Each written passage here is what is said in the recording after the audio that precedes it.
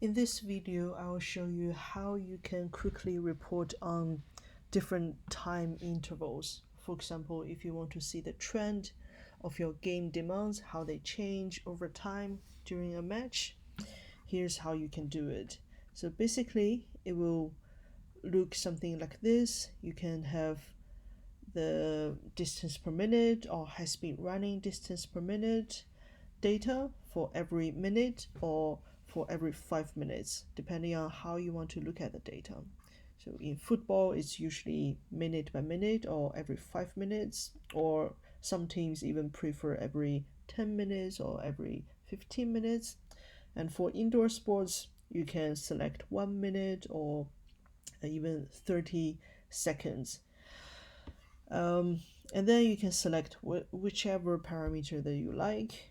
Usually it is distance per minute or player load per minute or accelerations and decelerations per minute.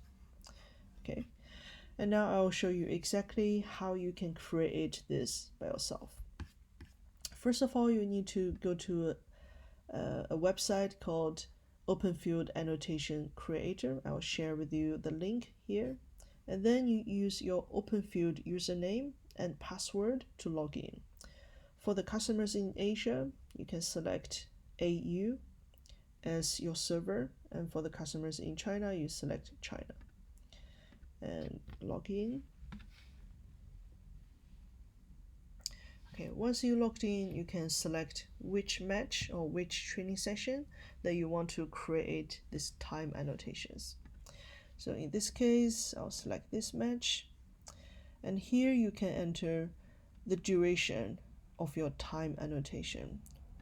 So if it is 300 seconds, that is 5 minutes. If it's indoor sports, maybe you want to look at every 30 seconds. Or if you want to look at every minute, then you can put 60. Okay, so in this case, I'll just put 5 minutes. And you can select generate for the entire activity or generate for first half, second half, or Q1, Q2, Q3. And then usually I'll select include period name and don't include the full activity annotation. And then I can select which period that I want to generate the time annotations. And here, just simply click this create annotations via API. You don't need to download or import anything. It's all happening on the background.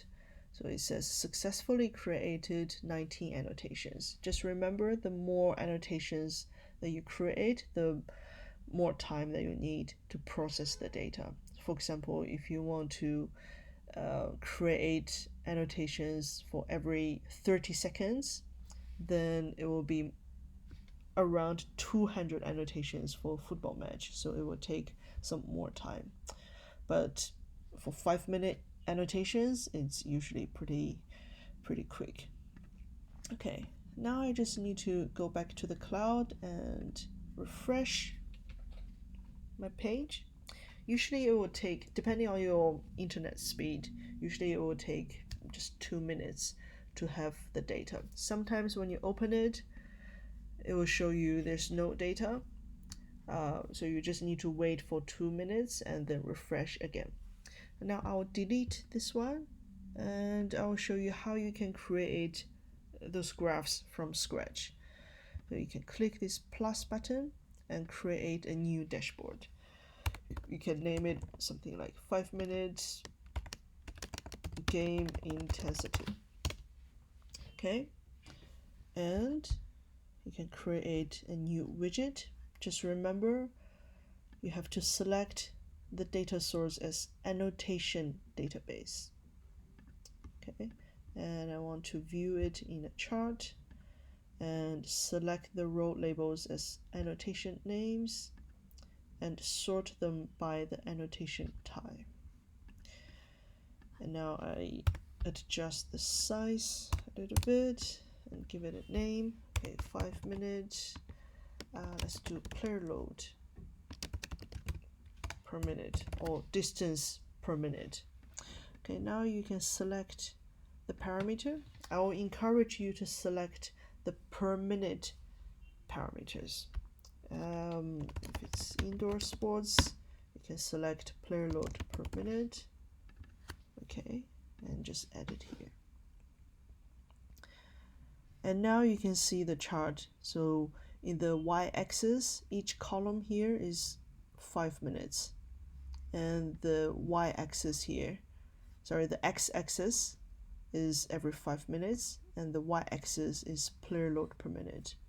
Now I just need to do some more editing to make it look better. So you can change the name here, you can rename the parameters here. I only want 1 decimal, and I want to add a trend line. And in the options, I want to show the data label. So now we can see this is how the player load per minute was changing for every 5 minutes. And here is a trend line to show you, okay, it's actually going downwards. So the players was not able to maintain the level of intensity as it was at the beginning of the match. What can you do if you want to separate first half and second half and give it different colors? If you want to do that, you can go back to the widget settings, and in the row labels, just add period, and in the options, select this stacking, but you have to disable this trend line. So now we have separated first half and second half. Now I just need to change the colors of them.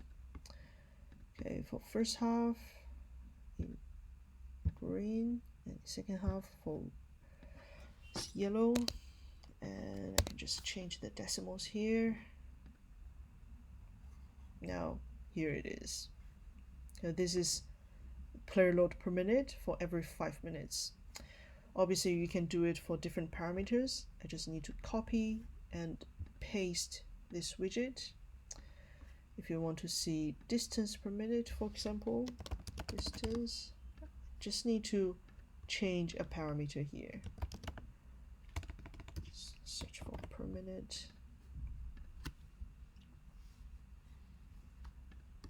And I just added the decimals here.